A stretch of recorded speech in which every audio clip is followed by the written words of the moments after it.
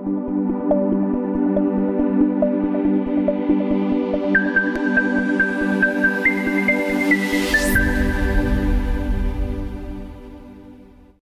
மிகப்பெரிய முயற்சி. இங்கே முத்துக்குமார் சார், அப்புறம் செந்தில் சார், பொன்னாமன் எல்லாருமே இதில் வந்து ஒரு டீம் ஒர்க்காக இருந்து இவருடைய கண்டுபிடிப்பு உலகறிய செய்ய வேண்டும் என்ற ஒரே காரணத்துக்காகவும், இதில் என்னென்னா பொருளாதார அடிப்படையிலும் இந்தியா உயர்கின்ற ஒரு மிகப்பெரிய ஏற்கனவே உயர்ந்துட்டு இருக்கு.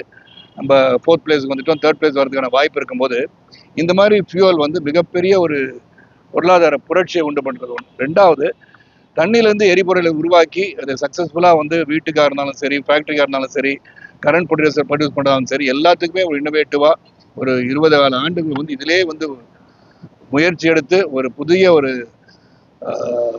கண்டுபிடிப்பை வந்து உருவாக்கி தந்த கார்த்திக் அவர்களை உண்மையிலே பாராட்டக்கூடிய ஒருவர். இதில் நான் இன்வால்வ் ஆனது காரணமே இது வந்து நான் நேரடியாக போயிட்டு அவங்க ஃபேக்ட்ரியில் போய் கோயம்புத்தூரில் போய் இது எப்படி சாத்தியப்பூர்வம் இருக்கிறதான்னு பார்க்கும்போது உண்மையிலே இதை இருந்தது தெரிஞ்சது. அவங்க கூட இருந்து இதை வந்து பெரிய அளவில், ஏன்னா இந்தியாவில் வந்து மிகப்பெரிய அளவில் பிரதம மந்திரியுடைய பிளெஸிங்ஸோடு இது நடக்கணுன்ற எண்ணம் என் மைண்டுக்கு வந்துச்சு. அதுக்கான வேலைகள் எல்லாம் அவங்க பார்த்துருக்காங்க.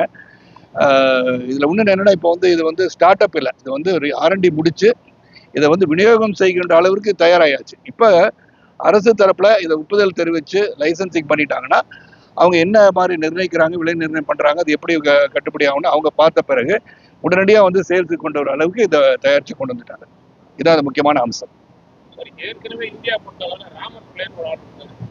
அவர் ஏதோ ஒரு விதத்தில் பொய்ய சொன்னாரோ உண்மை சொன்னாரோ தெரியாது, அவர் ஒரு மூலிகை பெட்ரோல் கொண்டு வந்தாங்க. அது வந்து இந்தியாவில் வந்து அதுக்கான ஒப்புதல் வழங்கப்பட்ட. இப்போ நீங்க வந்து புதுசா எக்கனாமிக்கலா அது மூலிகை பெட்ரோல் என்று கொண்டு வந்திருக்கீங்க. ஏற்கனவே கவர்மெண்ட்டை பொறுத்த அளவில் வந்து எலக்ட்ரிக் பேட்டரி அதை தான் வந்து ப்ரொமோட் பண்ணிட்டு இருக்காங்க, பஸ்ல இருந்து எல்லாம் இருக்கு. இது வந்து எந்த அளவுக்கு சாத்தியமாகும்? மத்திய அரசு இதுக்கு வந்து லைசன்ஸ் கொடுக்கறதுக்கு தயாராக இருக்குன்னு சொல்றாங்களா? அப்படி லைசன்ஸ் கொடுக்கப்பட்டதுல வந்து எப்போ மக்கள்கிட்ட பயன்பாட்டு வரும்? கேஸ்னா இப்போ இந்த கேஸ் நாளைக்கு இன்னைக்கு நான் புக் பண்ணா நாளைக்கு கிடைக்குமா? எப்போ பயன்பாட்டு? மூலிகை பெட்ரோல் வந்து ஆரம்பிச்சு ராமகிருஷ்ணன் நீ கேட்டது கரெக்ட். மூலிகை பெட்ரோல் வந்து ராமர் பிள்ளை பண்ணும் போது அது சயின்டிஃபிக்கா இல்லை. இப்போ இதை பற்றி சயின்டிஃபிக்காக என்ன மாதிரி பண்ணியிருக்காங்கன்னா முத்து சார் எப்படின்னா, இது வந்து கவர்மெண்ட் வந்து நீங்கள் சொன்ன மாதிரி வந்து EV வெஹிக்கிள்ஸ் எல்லாம் ப்ரொமோட் பண்ணுற மாதிரி ஹைட்ரஜனுக்குன்னு வந்து சார் மினிஸ்ட்ரியில் வந்து நியூ அண்ட் ரினியூபிள் எனர்ஜியில் வந்து ஹைட்ரஜன் மிஷன் சொல்லி ஒன்று உருவாக்கி அதுக்கு ஹைட்ரஜன் மிஷனுக்குன்னு தனி டிபார்ட்மெண்ட்டே ஒரு விங்கே உருவாக்கியிருக்கிறாங்க. அதுக்கு 19,000 கோடி வந்து ஒதுக்கியிருக்கிறாங்க பிரதமர் நிதி திட்டத்தில். அதனால தான் இந்த எக்ஸ்போவே இன்னைக்கு நடக்குது. இந்த எக்ஸ்போ நாங்கள் நடத்தலை, இந்த எக்ஸ்போ நடத்துறது வந்து எரிசக்தி துறை, மத்திய அரசோட எரிசக்தி துறை நடத்துது. அதில் எங்களோட கண்டுபிடிப்பை நாங்கள் சப்மிட் பண்ணோம். அதில் அவங்க எங்களை தேர்ந்தெடுத்து தான் எங்களை வந்து பார்ட்டிசிபேட் பண்ண வச்சிருக்காங்க. ஸோ இது எல்லாமே பியூர்லி சயின்டிஃபிக்காக தான் வந்து இதை ப்ரூவ் பண்ணி கொண்டு வந்திருக்கோம் சார்.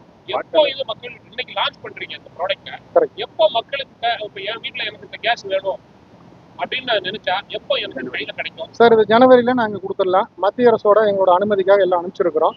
அவங்க தான் இந்த எக்ஸ்போக்கு எங்களை கண்டக்ட் பண்ண சொல்லி கூப்பிட்டு இன்வைட் பண்ணியிருந்தாங்க. கொண்டு வந்து இத்தனை மிஷன்ஸை வச்சு இதில் பார்ட்டிசிபேட் பண்ணியிருக்கிறோம். இது எல்லாமே கம்ப்ளீட் ஆகிறப்போ அவங்க கூட நாங்கள் ட்ராவல் பண்ணுறோம். இதுக்கு ஸ்டாண்டர்டு பாலிசி ஸ்டாண்டர்ட்ஸ் இது வரைக்கும் இல்லை. ஏன்னா ஹைட்ரஜனுங்கிறது வந்து உலகத்துக்கே புது விஷயம்.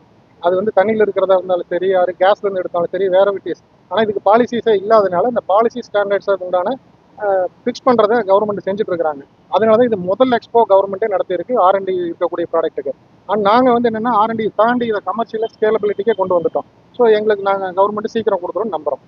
அதனால அதிகபட்சம் ஜனவரிக்குள்ளே வந்துடும். சிலிண்டர் வாங்கணும்னா இப்போ 1000 ரூபாய்க்கு வருது. இப்போ ஒரு வீட்டில் வந்து ஒரு கேஸ் இது மாதிரி உங்களுடைய ப்ராடக்ட்டை வைக்கணும்னா ஒரு ஆள் எவ்வளோ செலவு பண்ண வேண்டியிருக்கோம்?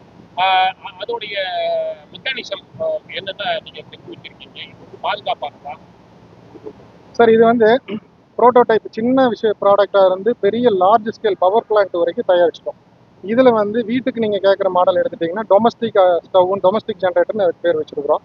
அந்த டொமஸ்டிக் ஜென்ரேட்டர் வந்து அப்ராக்சிமேட்டாக இப்போதைய நாங்கள் விலை நிர்ணயிக்கல, அப்ராக்சிமேட்டாக எடுத்துகிட்டோன்னா ஒரு 50,000 ரூபாய்க்குள்ளே வரும். உங்களுக்கு அதுக்கு கீழே தான் வரும். ஸோ இதை வந்து நீங்கள் ஒரு வீட்டுக்கு வாங்கி அடாப்ட் பண்ணிங்கன்னா ஒரு மாதத்துக்கு 2 அடுப்பு பர்னர், நம்ம இப்போ யூஸ் பண்ணிட்டு இருக்கிற அடுப்பை யூஸ் பண்ணீங்க அப்படின்னா 100 ரூபாய்க்கு கீழே தான் கரண்ட் செலவு தேவைப்படும். ஏன்னா கரண்ட் எடுத்து அதுக்கு வாட்டர் பிரித்து ஹைட்ரஜன் எடுத்து அதை எரிவிக்கிறோம்.